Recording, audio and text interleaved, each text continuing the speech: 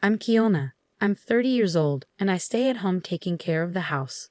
My husband, Aoki, is 6 years older than me, and we've been living with his parents for 2 years. Aoki's parents, Robert and Barbara, are both in their 60s, and they're healthy and full of energy. Barbara, Aoki's mom, really likes going out and having fun. Since I moved in, I've noticed she hardly ever does any chores around the house. Even though she doesn't work outside the home, she doesn't do much inside either.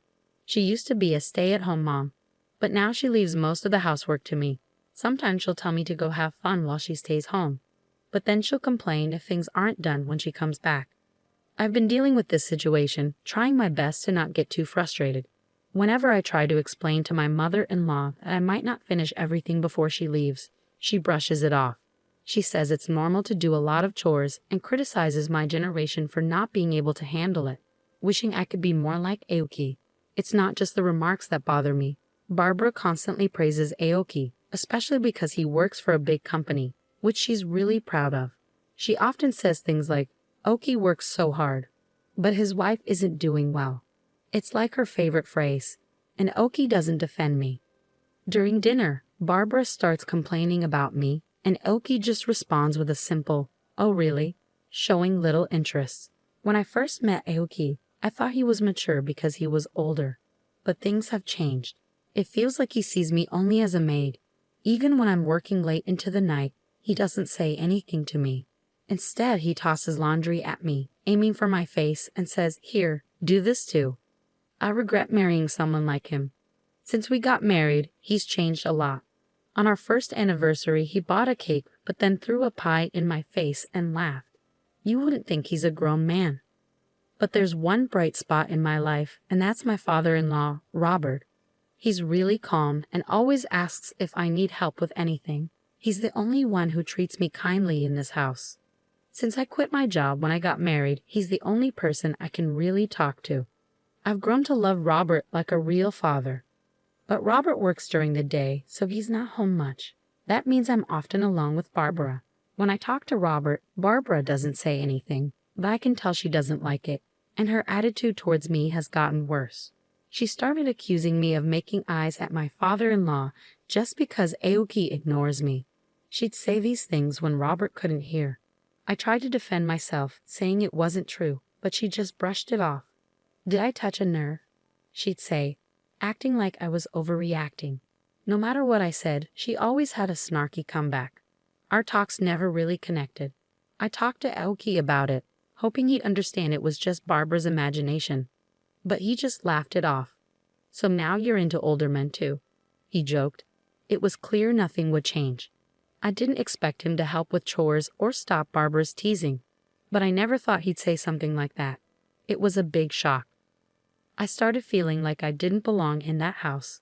One summer day, Barbara mentioned planning a family trip for Aoki's summer break.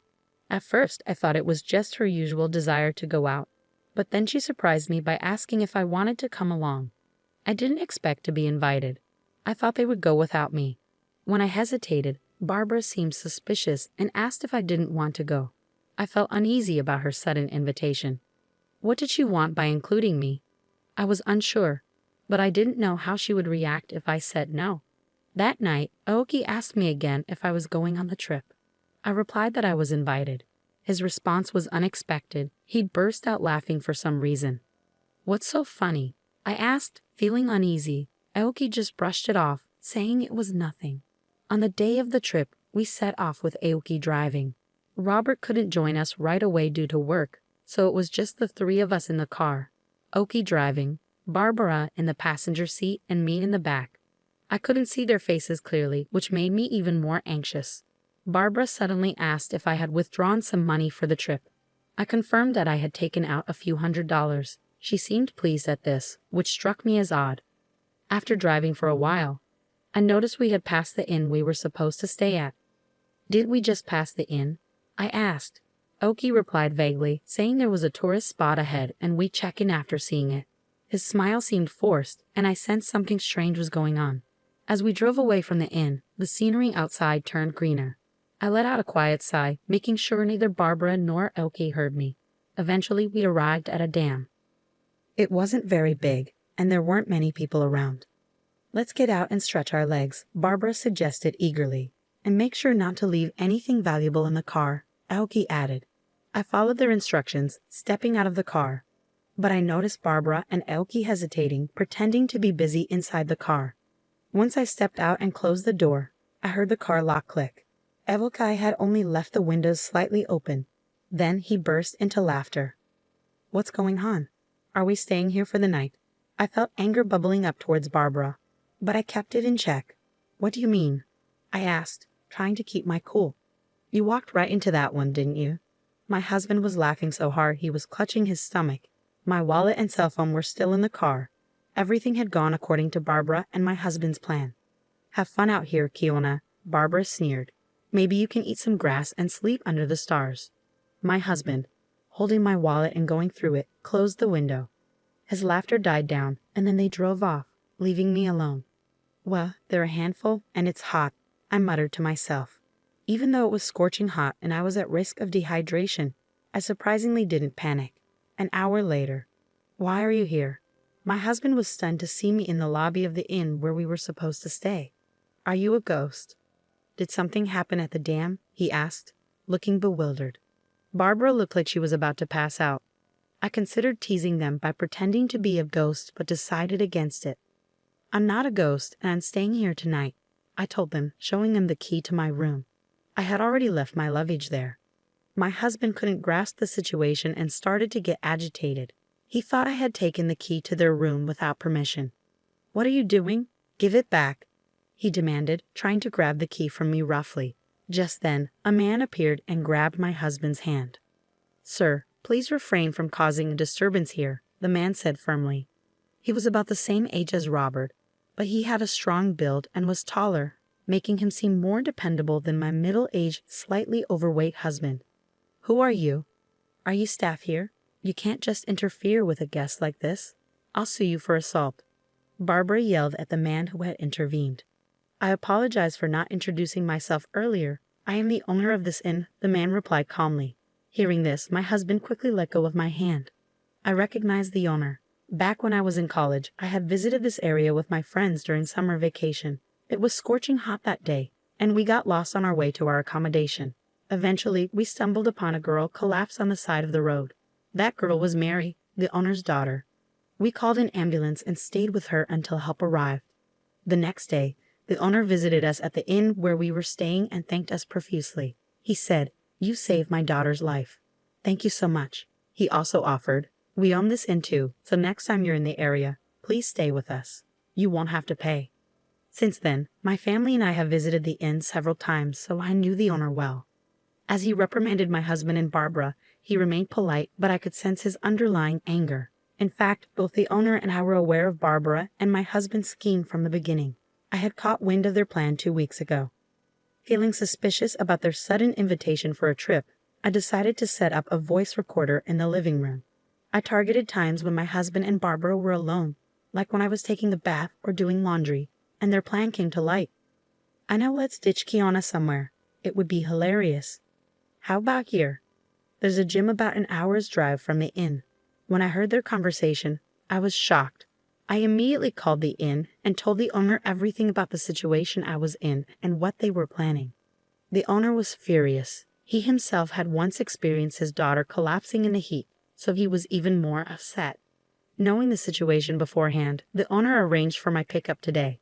After my husband and Barbara's car left, he had me ride in the inn show.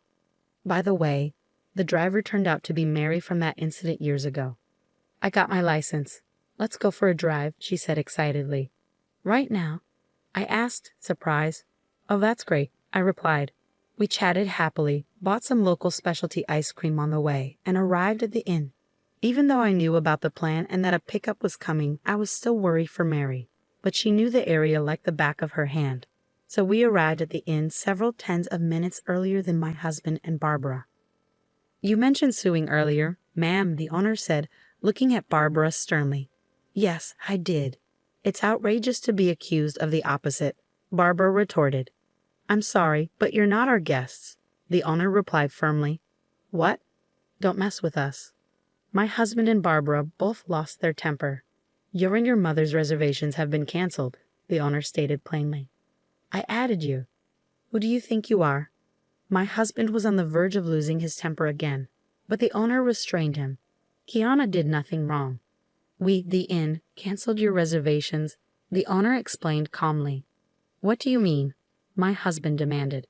If you leave a woman alone at a dam in the mountains after stealing her wallet, wouldn't you be committing a crime? We can't allow such people to stay at our inn. We also called the police. My husband and mother-in-law became even more furious at this revelation. This is no joke. Don't think you can get away with this. I work at our company, my husband protested. This little inn in the mountains. Just then, Robert arrived. Hey, what's going on here? Sensing the tension, Robert looked around and asked for an explanation. Barbara and my husband appealed to Robert, saying the inn staff were rude and they wanted to stay elsewhere. But when Robert heard what had happened, he was furious. You idiots. It was the first time I had seen Robert yell. How embarrassing. I can't believe we're from the same family. You two, get out of here now. My husband and mother-in-law were stunned by Robert's outburst. Where to? Another inn, they asked. But Robert was firm. Wait a minute, that's not possible, Dad, my husband said with a wry smile. But Robert was resolute. You're disowned. Get out. No, don't make me say it again. He pushed my husband away.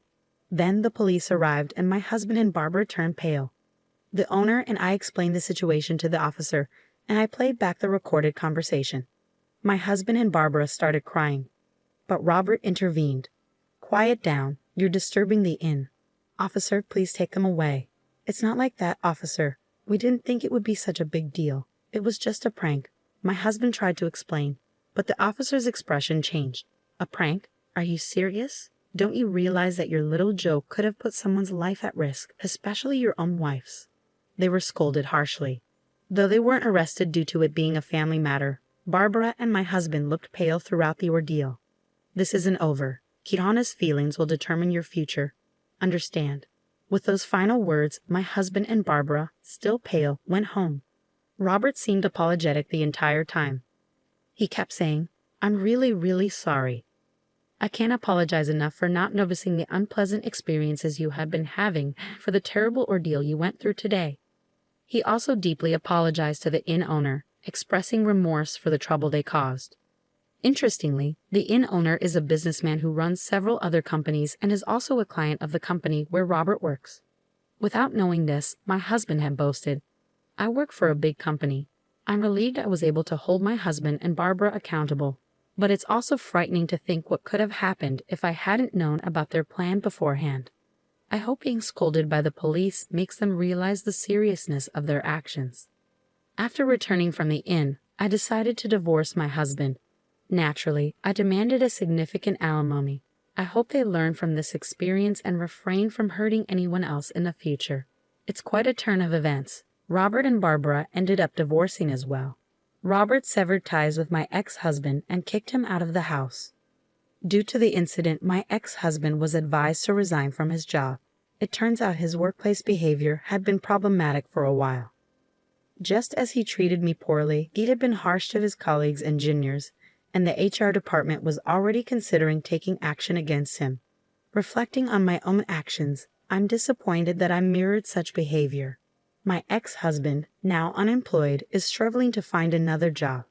Despite his age, he lacks a solid track record for managerial positions from his previous company, and he struggles to explain why he left. Barbara was also kicked out by Robert and has sought refuge with relatives at her parents' home. However, there are concerns about her spending habits and love for travel. Her relatives fear she might drain their savings if she moves in with them.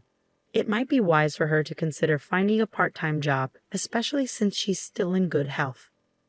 So I moved out of my in-laws' house and now live nearby by myself. I'm still friends with Robert, and sometimes I ask him for advice about work issues. Before this, I used to take care of the house and kids, but now I'm starting a new chapter in my life. When I was looking for a job, the owner of a company approached me and asked if I'd like to work for them. He was really concerned about how things were going for me. It seemed like he wanted to find a job for me in his company. I happily agreed to join. I felt really thankful for his kindness. I expressed my gratitude, but he insisted that they were the ones who should be grateful. It felt like I had already returned the favor from before, and now I needed to give something back. The company he recommended me to is well known and treats its employees well. It was a pleasant surprise. Interestingly, it's in the same industry that my ex-husband used to brag about, but this company is much bigger.